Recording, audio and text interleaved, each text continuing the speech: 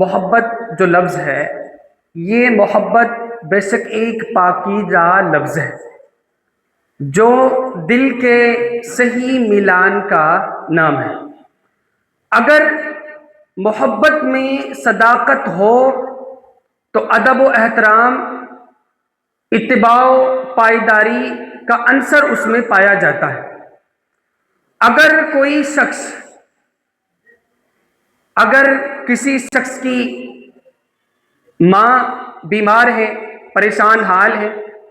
وہ دواؤں کی اور خدمت کی محتاج ہے، اور پھر وہ شخص کہتا ہے کہ میں اپنی ماں سے محبت کرتا ہوں، یہ دعویٰ کرتا ہے، لیکن اس کی ماں کے جو تقاضے ہیں ان کو وہ نظر انداز کر دیتا ہے، چونکہ وہ دواؤں کی محتاج ہے، نہ اس کو دواؤں کا اہتمام کرتا ہے، نہ اس کی خدمت کا اہتمام کرتا ہے، جو تقاضے ہیں ان کو نظر انداز کرتا ہے۔ تو جو وہ یہ دعویٰ کر رہا ہے کہ میں ماں سے بہت محبت کرتا ہوں، تو جو اس کا یہ دعویٰ ہے وہ جھوٹا ہے، وہ فریب اور جھوٹ کے سوا اور کچھ بھی نہیں ہے، بلکہ وہ بے بنیاد اور کھوکھلا دعویٰ کر رہا ہے۔ کیوں؟ کیونکہ محبت محبوب کے تقاضے کے ساتھ مشروط ہوتی ہے۔ محبت محبوب کے تقاضے کے ساتھ مشروط ہوتی ہے۔ اگر محبت میں محبت کے جو تقاضے ہیں، تقاضے ان کی تکمیل نہیں ہے، تو پھر جو دعویٰ ہے وہ بے بنیاد اور کھوکھلا ہے۔ تو اسی مناسبت سے ہم رسول صلی اللہ علیہ وسلم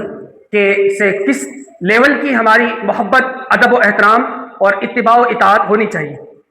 بیشک اللہ رب العالمین کے بعد اس کائنات میں سب سے زیادہ محبت جس سے ہونی چاہیے وہ اللہ کے رسول صلی اللہ علیہ وسلم کی ذات گرامی۔ اللہ کے بعد سب سے زیادہ محبت اللہ کے رسول صلی اللہ علیہ وسلم کی ذات گرامی سے ہونی چاہیے۔ کیوں؟ کیونکہ محبت رسول ایمان کا حصہ ہے، بلکہ اگر محبت رسول آپ کے دل میں نہیں ہے تو آپ کا ایمان مکمل نہیں ہے، آپ کا ایمان ہی نہیں ہے۔ محبت رسول کے بغیر ایمان مکمل نہیں ہو سکتا، اور جب ایمان مکمل نہیں ہوگا تو جو اعمال آپ اور ہم کرتے ہیں وہ اعمال مقبول بھی نہیں ہوں گے۔ چونکہ ہمارے اعمال مقبول نہیں ہوں گے تو کل روز قیامت ہم کامیاب و کامران والے لوگوں کی صف میں بھی نہیں ہوں گے۔ آج کا جو مسلمان ہے وہ محبت رسول کا دعویٰ تو کرتا ہے، اظہار کرتا ہے زبان سے، اعلان چیخ چیخ کر کہتا ہے میں عاشق رسول، میں رسول صلی اللہ علیہ وسلم سے محبت کرتا ہوں، لیکن جو محبت رسول کے جو تقاضے ہیں ان کو فراموش کر دیتا ہے۔ بلکہ کچھ مسلمان تو ایسے ہیں رسول صلی اللہ علیہ وسلم کی محبت میں اس قدر دعویٰ کرتے ہیں کہ رسول صلی اللہ علیہ وسلم کی محبت کو اللہ کے برابر قرار دیتے ہیں، یعنی آپ کی شان میں گلو کرتے ہیں، آپ کی شان میں حد سے تجاوز کرتے ہیں، اور پھر اپنے آپ کو عوام کے سامنے محب رسول باور کراتے ہیں۔ جبکہ رسول صلی اللہ علیہ وسلم نے جو یہ فعل سنی ہے، جو یہ قبیح اور جو برا کام ہے کہ رسول کی ذات میں گلو کرنا، تعریف میں گلو کرنا، فرمایا کہ لا تطرونی کما اطرت النصارى ابن مریم انما انا عبد فقالوا عبد اللہ ورسول۔ رسول صلی اللہ علیہ وسلم نے بیان فرمایا کہ تم میرے بارے میں میری تعریف میں حد سے تجاوز نہ کرنا، گلو نہ کرنا، جیسے عیسیٰ ابن مریم کے تعلق سے لوگوں نے اس کی تعریف میں گلو کیا، ایسے تم میری تعریف میں گلو نہ کرنا، بلکہ تم انما انا عبد، مجھے اللہ کا بندہ کہنا، کیونکہ میں اللہ کا بندہ اور اس کا رسول ہوں، تو تم بھی فقالوا عبد اللہ ورسولہ، تم بھی مجھے اللہ کا بندہ اور اس کے رسول کہہ کر پکارا کرو۔ چونکہ آج کے دور میں محبت رسول کے دعوے کے ساتھ ساتھ آپ کی تعریف میں بلند و بانگ دعوے کیے جاتے ہیں، حد سے تجاوز کیا جاتا ہے، افراط و تفریط سے کام لیا جاتا ہے، تو میں مناسب سمجھوں گا کہ آپ کے سامنے چند صحابہ کرام یا صحابیات سے مثالیں دوں تاکہ ہمارے سامنے محبت رسول کا جو صحیح منہج ہے وہ آ جائے، تاکہ جو محبت رسول کے جو تقاضے ہیں ان کو ہم قبول کر سکیں۔ ایک صحابی ہیں، وہ تھک ہار کر محنت و مزدوری کر کے اپنے گھر جاتے ہیں، اپنے گھر جا کر اپنی بیوی سے ملاقات کرتے ہیں، اپنے بچوں سے محبت کا اظہار کرتے ہیں، اور محبت کا اظہار کرنا یہ بنتا ہے، کیونکہ جو بیوی بچے ہیں، جو اولاد ہیں، آپ کے ماں باپ ہیں، یہ ہماری ہی انسان کی جو حیات ہے اسی کے سرمایہ ہے۔ لیکن جو صحابی، جس صحابی کے بارے میں آپ کو بتا رہا ہوں، اس صحابی کا آپ شوق اور محبت دیکھیں کہ وہ اپنی محبت کا اظہار رسول صلی اللہ علیہ وسلم کے سامنے کن الفاظ میں کر رہے ہیں۔ رسول صلی اللہ علیہ وسلم کے سامنے اپنی محبت کا اظہار کرتے ہوئے بیان فرماتے ہیں کہ اے اللہ کے رسول، میں آپ کو، میرے نزدیک آپ کا، میں آپ کو اپنی جان، اپنا مال، اپنی بیوی، اپنے بچوں، اپنے ماں باپ سے زیادہ میں آپ کو محبوب رکھتا ہوں، اور جب میں شوق زیارت میں بے چین ہو جاتا ہوں،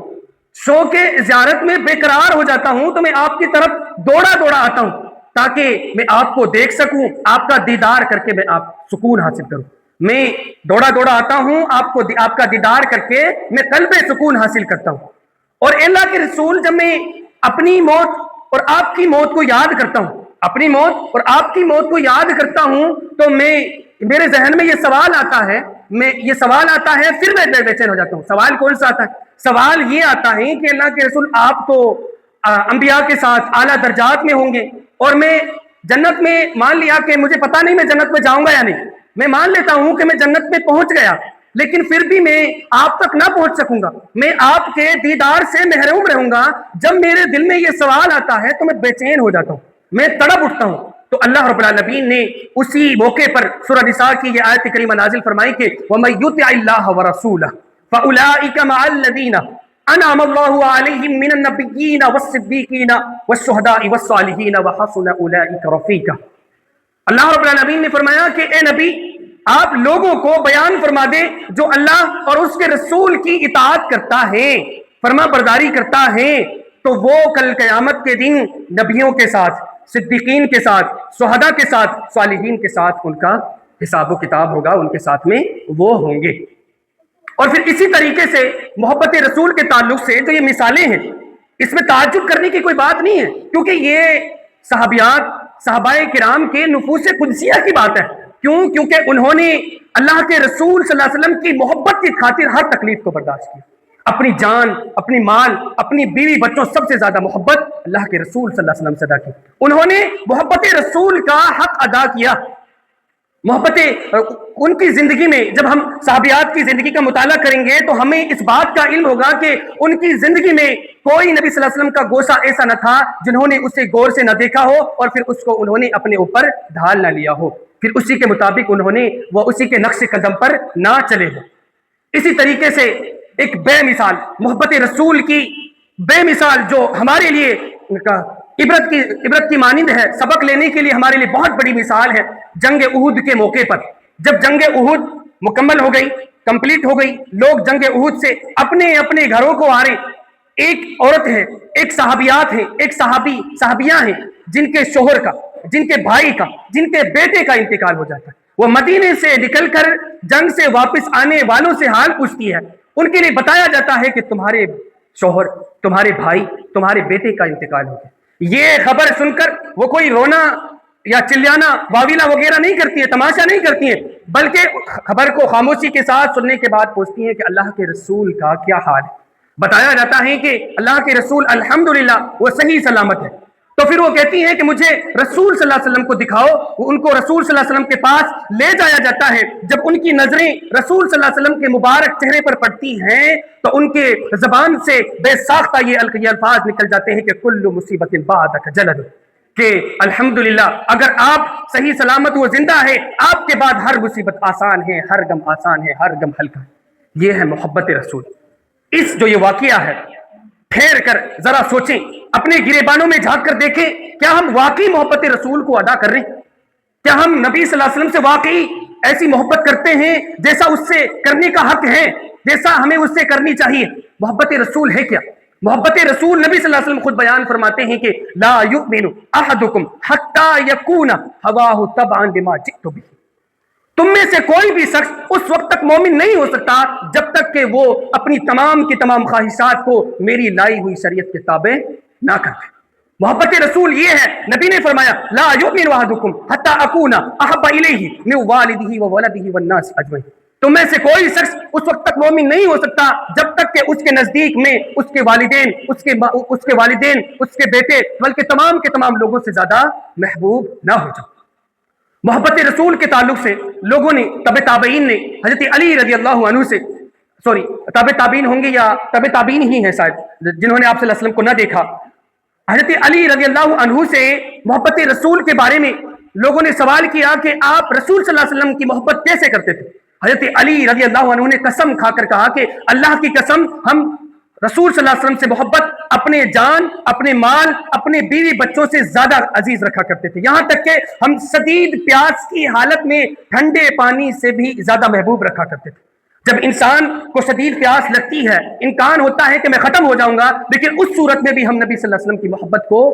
عزیز رکھا کرتے تھے۔ اسی طریقے سے حضرت علی رضی اللہ عنہ کے تعلق سے ہی آتا ہے کہ علی رضی اللہ عنہ سواری پر سوار ہوتے ہیں اور سوار ہوتے ہیں، دعائیں مسنونہ پڑھتے ہیں، دعائیں مسنونہ پڑھنے کے بعد مسکراتے ہیں۔ پھر آپ سے مسکرانے کی وجہ پوچھی جاتی ہے تو آپ فرماتے ہیں کہ میری وجہ مسکرانے کی یہ ہے کیونکہ میں نے رسول صلی اللہ علیہ وسلم کو اسی طریقے سے جب آپ سواری پر بیٹھتے، دعائیں پڑھتے اور مسکراتے، میں بھی رسول صلی اللہ علیہ وسلم کی اتباع میں مسکرا رہا ہوں۔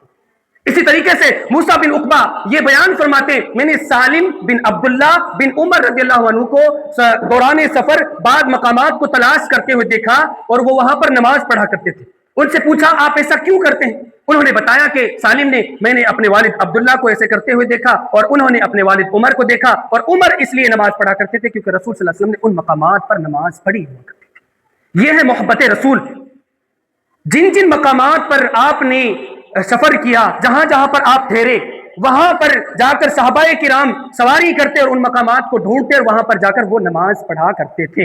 اس کو کہتے ہیں محبت رسول۔ پھر نبی صلی اللہ علیہ وسلم نے مزید فرمایا کہ من احب سنتی فقد احبنی ومن احبنی کان معی الجنت، کان معی فی الجنت۔ فرمایا کہ جس نے میری سنت سے محبت کری اس نے فقد احبنی، اس نے مجھ سے محبت کری، اور جس نے مجھ سے محبت کری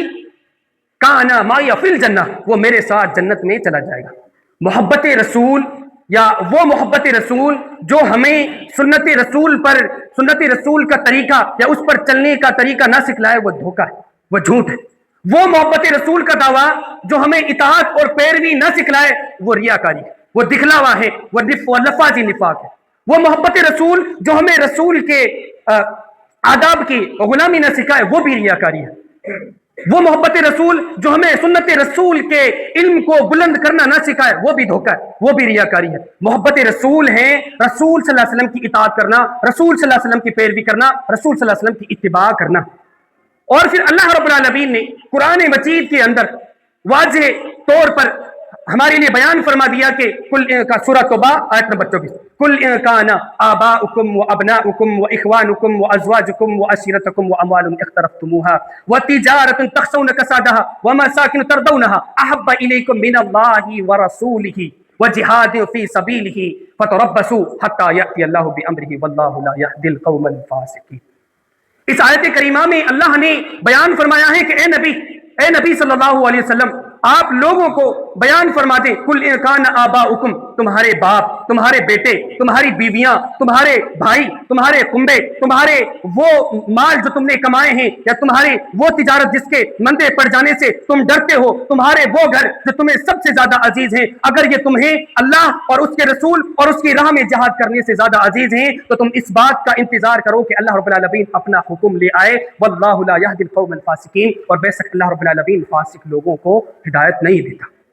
اور جب ہم اس آیت کریمہ میں غور و فکر کریں گے، تدبر کریں گے، تو ہمیں پتہ چلے گا کہ ہم اسی آیت کریمہ میں فیل ہیں، اسی آیت کریمہ کے جو ترجمہ ہیں اسی میں ہم پاس نہیں ہیں۔ اگر ہمارے کسی معصوم بچے کو بخار لگ جائے، اس کو تکلیف آ جائے، فوراً ہم اس کے گلے میں شرکیہ کلمات یا بابا پیر بزرگ وغیرہ کے پاس اس کو لے جانا شروع کر دیتے ہیں۔ اللہ اور اس کے رسول کے بتائے ہوئے طریقے سے ہم غفلت برتنا شروع کر دیتے ہیں۔ اور پھر حضرت عمر رضی اللہ عنہ یہ بیان فرماتے ہیں کہ عبداللہ بن ہشام یہ راوی ہیں، یہ بیان فرماتے ہیں ہم نبی کریم صلی اللہ علیہ وسلم کے پاس بیٹھے اور آپ نے حضرت عمر رضی اللہ عنہ کا ہاتھ پکڑا ہوا ہے، اور اسی دوران میں عمر رضی اللہ عنہ نے نبی صلی اللہ علیہ وسلم بیان فرمایا کہ لأنت احب الی بکل شیء الا من نفسی، اللہ کے رسول آپ مجھے ہر چیز سے زیادہ عزیز ہیں سوائے میری جان کے، ہر چیز سے زیادہ میں آپ کو محبوب رکھتا ہوں سوائے میری جان کے۔ تو نبی صلی اللہ علیہ وسلم فرمایا کہ لا والذی نفسی بیدہ، نہیں، قسم ہے اس ذات کی جس کے ہاتھ میں میری جان ہے،